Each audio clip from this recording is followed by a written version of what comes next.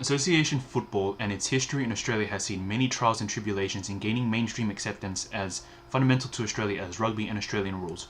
Why this is the case may be because of its perceived foreignness. This presentation argues that the game has strategically and stringently moved away from the notion of the sport being a game of ethnics, which has historically impacted its popularity. With a specific marketing push for the A-League,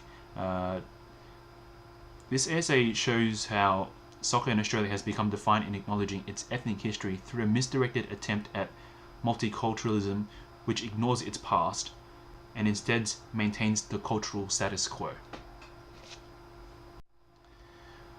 Various explanations have been explored as to why soccer has somehow become associated with ethnic minorities despite being settled by the British. In his paper, Hay cites a litany of possible reasons, from its geographic isolation to Europe where the game could not flourish, to the aristocratic elite's indifference where the sport's encouragement would have proved crucial in a time of malleable influence, to the British migrants who came to Australia where its popularity may not have been as strong. Either way, the solidification truly came from non-British migrants from the latter World War II post-war migration. Hay describes the importance of what this meant to people who struggled with the language and culture. Aside from providing them with recreation and entertainment in a sport many were familiar, unlike Australian rules or cricket, soccer assisted migrants in a variety of ways. They helped migrants to establish an identity that was both Australian and related to their homeland. Many migrants were fiercely proud of both societies. This gave them a leg up in competition to the longer-standing Australians who were not as good at the sport. This is where, according to Hay, the sports organisation would remain ethnic rather than district. This created problems to the hegemonic Australian culture for the sports image. Many of these migrant populations were from war-torn countries and were also likely of a poorer social class, with therefore their own religion and with also their own religion, values, and culture, which meant a divide between Anglo and non-Anglo groups. Between the population. The teams were created from these communities who shared ethnicity and many close connections to an ancestral homeland abroad.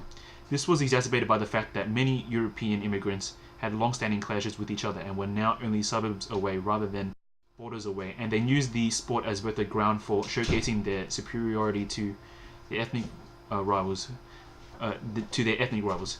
often through violence between members and supporters, and yet sometimes exaggerated, according to Hay, or unfairly linked by the media. A shadow was drawn regardless where soccer would be othered in Australian society as un-Australian.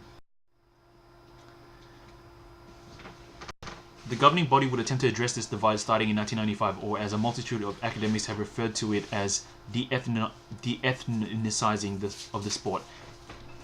An example of this would be for former chairman of Soccer Australia, who was quoted as saying in 1996, "For soccer to be a commercial success, we must abandon the multiculture for the monoculture. We are taking soccer into the mainstream. What's wrong with Australianizing soccer? Either they push for Croatia or Italy, or they play for Australia."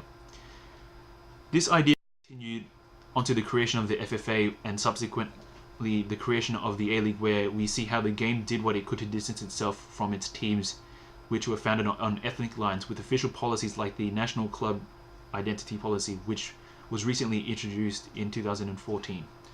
Scheiter et al. Argue that the early media language used in promotional material for the league cut all links to the ethnic past, citing examples of websites and amongst other things, and demonized the old league, going as so far as to conclude that the FFA rewrote the game's history. This was by way of polyglot multiculturalism, which they define as no state or institution is neutral but is biased towards the survival of the dominant group. In other words, it may be argued that the FFA have wanted the sport to be enjoyed by all, but implicitly intend that soccer is not about one's ethnicity, but about all of us, or rather Australiana, and one must not attempt to even consider it was ever anything else in the slightest. Gorman contends that the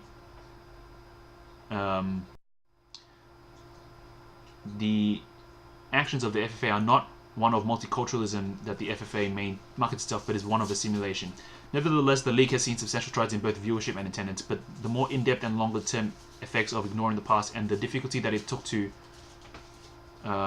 get to where the sport has been is problematic in that it presupposes that viewership and attendance is a means to an end.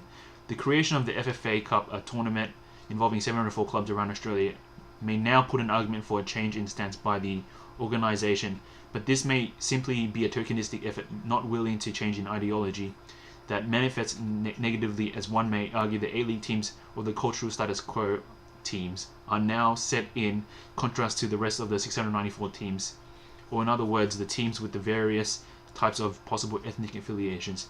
This, Gorman argues, this FFA Cup Gorman argues, may just solidify the difference.